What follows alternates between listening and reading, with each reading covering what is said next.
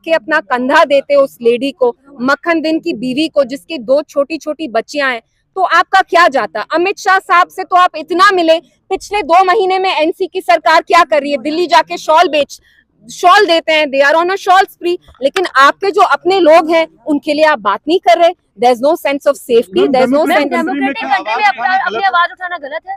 देखिए, मैं आपको सच में बताऊं, पिछले 24 आवर्स में मुझे इतना स्ट्रेस हुआ है। मैंने कुछ 600 किलोमीटर ट्रैवल किया, और मैं सच बताऊं, जब मेरी गाड़ी निकली श्रीनगर से, मुझे पुलिस वालों से डर था, क्योंकि मुझे ऐसा महसूस दिलवाया जा रहा है जैसे मैं कुछ गलत कर रही हूँ। मैं क्या कह रही हूँ? मैं आप लोगों के सामने सच्चाई जाहिर कर रही हूँ। क्या ये कोई जुर्म है? आपको लगता है कि सच्चाई बताना? बिल्कुल। 2019 के बाद अगर आप सच्चाई का साथ देते हैं, आपको पनिश किया जाता है। मैम, पीडीपी मांग किया, जो कठुआ का केस हुआ, जो कि मक्खन दिन के साथ हुआ, जो पूरा जम्मू कश्मीर जानता है, आपने जुडिशियल इंक्वायरी की मांग की, तो क्या कहना चाहिए? हमने जुडिशियल इंक्वायरी इसलिए उसकी मांग की है क्योंकि बिलावर के जो एसएचओ हैं, जिनका नाम जितेंद्र सिंह है, वो करप्ट हैं। उनके अगेंस्ट सीरियस एलिगेशंस हैं कि वो वहां एक एक्सटॉर्शन रैकेट चला रहे हैं। मिलिटेंट होना एक बहुत सीरियस चार्ज है। उनको अगर पैसे नहीं मिलते, वो इन लड़कों को टॉर्चर करके फेक मिलिटेंसी चार्जेस लगाते हैं। So we are demanding a judicial probe,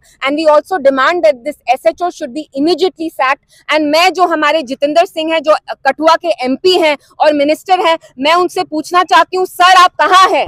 आपके जो लोग हैं, जिनने आपको इतने बड़े पैमाने से पार्लियामेंट में भेजा, वहां पे एक बच्ची है हमारी जो विधवा हो गई रातों रात। उसके हस्बैंड की गलती भी नहीं थी। उसका खावंद इतना शरीफ था कि अपनी जान देने से पहले उसने कुरान पाक पकड़ के अपनी जान ली। मैम, जब भी आप और महबूबा मुफ्ती जी किसी भी परिवार के लिए संवेदना करने के लिए जाते हैं, तो उसी वक्त जो है आपको हाउस अरेस्ट कर लिया जाता है। महबूबा मुफ्ती जी को भी हाउस अरेस्ट कर लिया जाता है। उसको लेकर क्या कुछ, मतलब संवेदना देना किसी परिवार को, वो भी गलत हो चुका है अब? देखिए, परिवार की बात नहीं है यहाँ, तो हमारा ही परिवार नहीं है जो पॉलिटिक्स में है। पॉलिटिक्स में तो एनसी की फैमिली भी है ना, जैसे आपने फारूक साहब का कहा।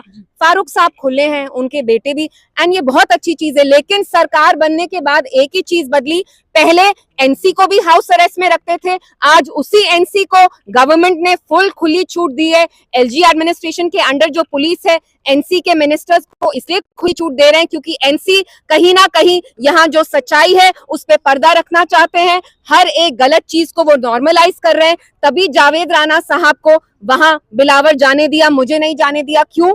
क्योंकि जब जावेद राणा साहब वहां से निकले, उनने अपनी जबान नहीं खोली, उनने अपना मुंह नहीं खोला, उनने मीडिया को ये नहीं बताया कि बिलावर में जो लोग हैं वो दहशत में रह रहे हैं, और ये दहशत कोई मिलिटेंट नहीं, वहां के एसएचओ जितेंद्र सिंह कर रहे हैं। आपको बार बार बोल रही हूँ, हमारे लिए हमारे लोगों की लाइफ, उनकी सिक्योरिटी, उनकी इज्जत सबसे ज्यादा इम्पोर्टेंट है। दिल्ली में क्या होता है, that does not concern me. A 25-year-old man, Makhan Din, committed suicide because he was injured grievously. He was tortured in police custody by the SHO of Bilawar, and that is our main concern. आपको रोका गया, जावेद राणा जी को नहीं रोका गया, तो ये किसकी तरफ दर्शाता है? ये तो जुगलबंदी है।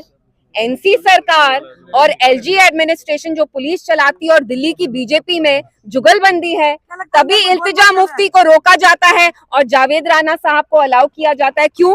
क्योंकि जावेद राणा साहब ने आपको ये बात नहीं बताई कि वहां के पुलिस वाले एक एक्सटॉर्शन रैकेट चला रहे हैं। एनसी के लोगों की क्या प्रायोरिटीज है? उमर साहब दिल्ली में बैठ के लंचेस कर रहे हैं, सोपोर वो जाना नहीं चाहते। आपके लोग रो रहे हैं और आप उनको यहाँ अपना कंधा देने के लिए तक नहीं है। आपकी क्या प्रायोरिटी है?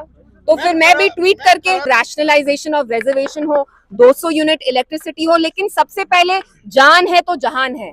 जब तक हमें जान नहीं है, जब हमारे छोटे लड़कों का खून बह रहा है, तो वो बाकी अपने मैनिफेस्टो के जो मंशूर के प्रोमिसेस थे क्या फुलफिल करेंगे?